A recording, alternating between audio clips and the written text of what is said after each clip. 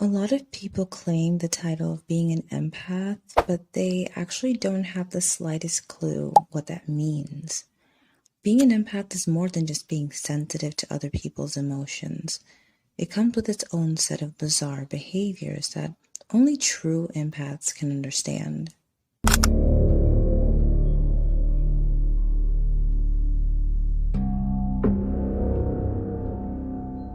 Ah, yes, I recognize the awkwardness far too well. So let's dive into 5 peculiar things that empaths do on a regular basis. Get ready to nod along if you're a real empath yourself. The first bizarre thing empaths do is unconsciously mirror the moods and emotions of those around them. Have you ever walked into a room only to instantly feel the tension or the joy in the air?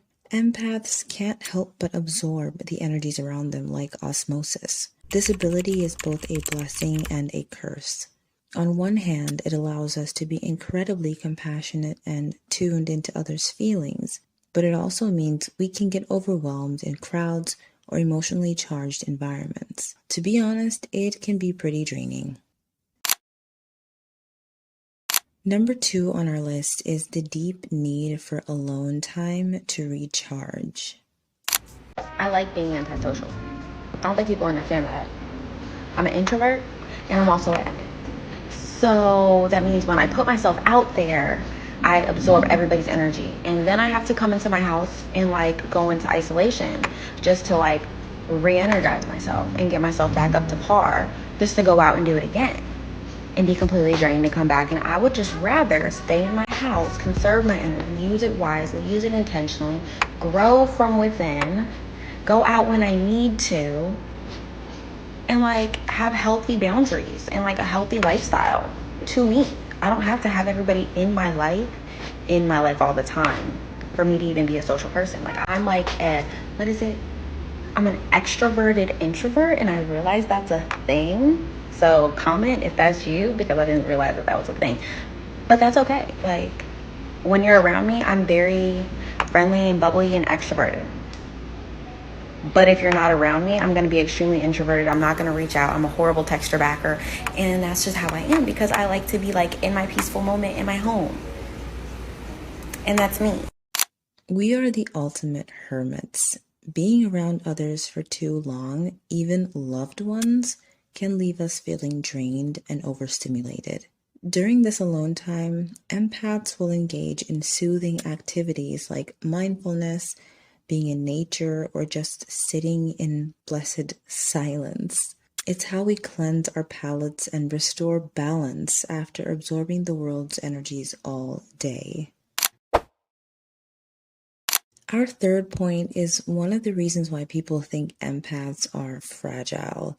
Empaths have a tendency to avoid watching disturbing content, like horror movies or documentaries about human suffering. While others might be able to detach, empaths experience these things almost firsthand due to their ability to absorb emotional information so vividly. A seemingly harmless movie about a dysfunctional family can open floodgates, leaving an empath emotionally wrecked for days afterwards as they internalize the pain and turmoil portrayed on the scene. If you are a true empath, you may even find yourself skipping over parts in a book because it's just too much to handle.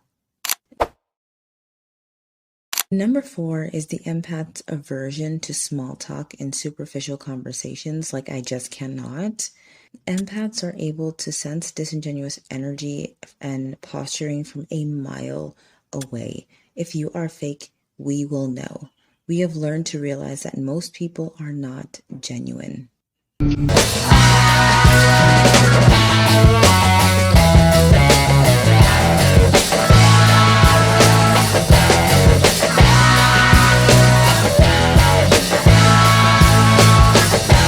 have a deep craving for authenticity in our interactions. We prefer to have deeper, more meaningful conversations that go beyond the surface level. So if you don't like us, please don't talk to us. I promise we don't mind, and trust me, if we aren't talking to you, it's because we don't like you. The fifth and final bizarre quality of empaths is their love of people watching. You might catch an empath sitting quietly observing the people around them in a public space. Don't ever underestimate someone who's quiet. They always know more than they say. And I guarantee you, they notice more than you'll ever realize. Empaths can pick up on these subtle cues, body languages, and energy exchanges between people with incredible accuracy. To the empath, people watching is all about gathering data, analyzing behavior. It's endlessly fascinating to observe human behavior throughout our unique lenses. I'm trying to find other people like me, so I'm just going to give this a whirl. Put a finger down if you are a true empath with a dissociative attachment style and people-pleasing coping mechanisms. So you really, really love helping other people genuinely, but the thought of other people helping you makes you feel awful and you absolutely cannot rely on others. So you've got trust issues, but you also really have a deep-seated need for connection with others, and your entire life you've kind of felt alone and like no one really understands you ever. So you have this deep-seated loneliness while also really connected to others, but like everyone else thinks they really know you when they don't actually know you, and you know that.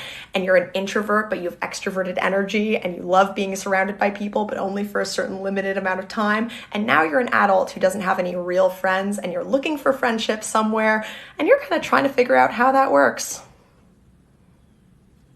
If you relate to these 5 points, chances are you're an empath yourself. So embrace your gift, learn to protect your energy, and never see your sensitivity as a flaw.